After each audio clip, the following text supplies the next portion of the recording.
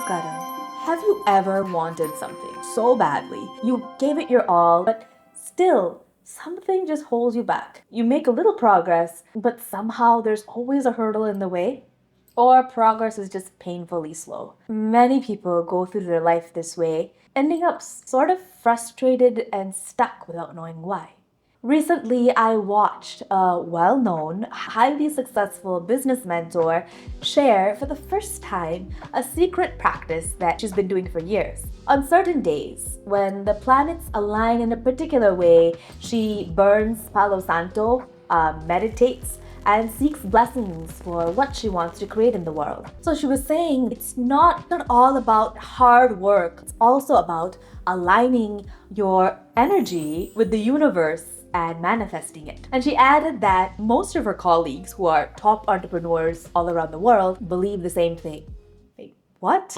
A former Wall Street professional known for her logical, no nonsense kind of finance advice is publicly crediting this for her success. I bring this up because what's now packaged as New Age spirituality is often diluted bits of ancient indigenous practices. Why don't we return back to the root, to the source? These sophisticated methods that we've practiced for thousands of years to align ourselves with the universal forces. So our festivals are a perfect example of this. They are celebrated at specific times during the cycles of the sun and the moon, and celebrating them naturally harmonizes us. One such festival is Ganesh Chaturthi.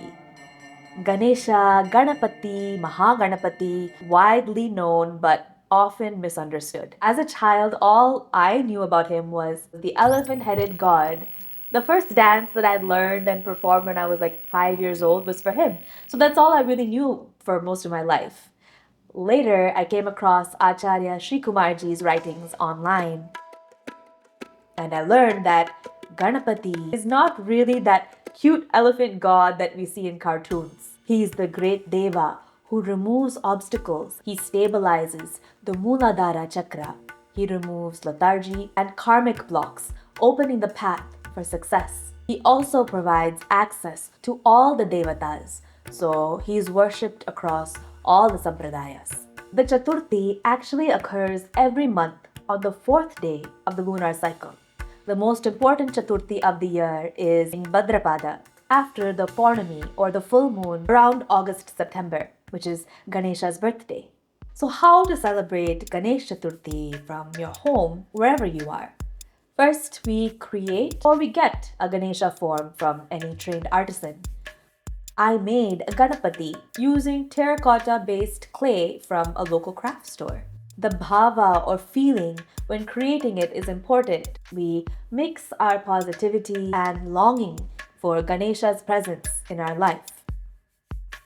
Worshipping a clay murti made of earth or mud, natural substances, is ideal and most common because earth or prithvi is connected with the quality of Mooladhara, the chakra of which Ganesha is the master.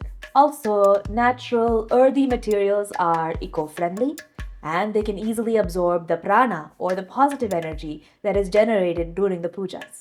Then we decorate a space with banana leaves, mango leaves, whatever is available locally where you are, and flowers. You can draw a kolam or a rangoli and place a small base of like a fistful of uncooked rice. Then we perform a puja. We invoke the Ganapati Tattva in our Ganesha form by lighting a lamp, offering agarbatti, fruits, sweets like the modak, which is his favorite, coconuts, the chambarati, the hibiscus or jasmine flowers are good, but the tulasi is to be avoided. Then you can sprinkle water on the Ganesha as a symbolic bath.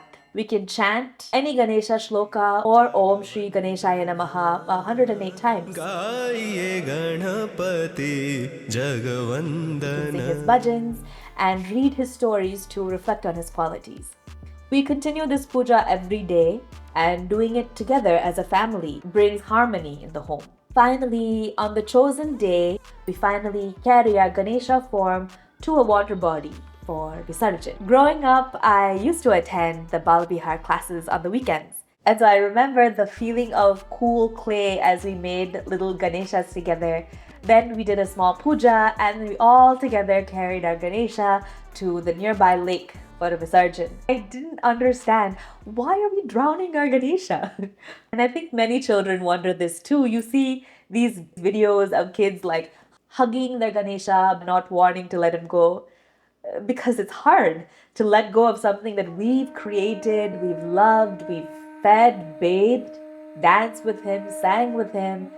So it took me like a decade or two to understand the clay or the earth Ganesha. It absorbs hurdles from us, and dissolving it into the water is about letting it go and inviting new beginnings. The Visarjan also reminds us of the impermanence in our lives. Everything in our life is going to leave us at some point or the other, right? It's a truth that usually takes many decades to learn, often through experience. But through this part of the festival, the message is no matter how much we love something or someone, no clinging is allowed in this life because it'll all dissolve at some point or the other. Even the devatas that we worship, at some point they will also disappear and we merge into the whole universe.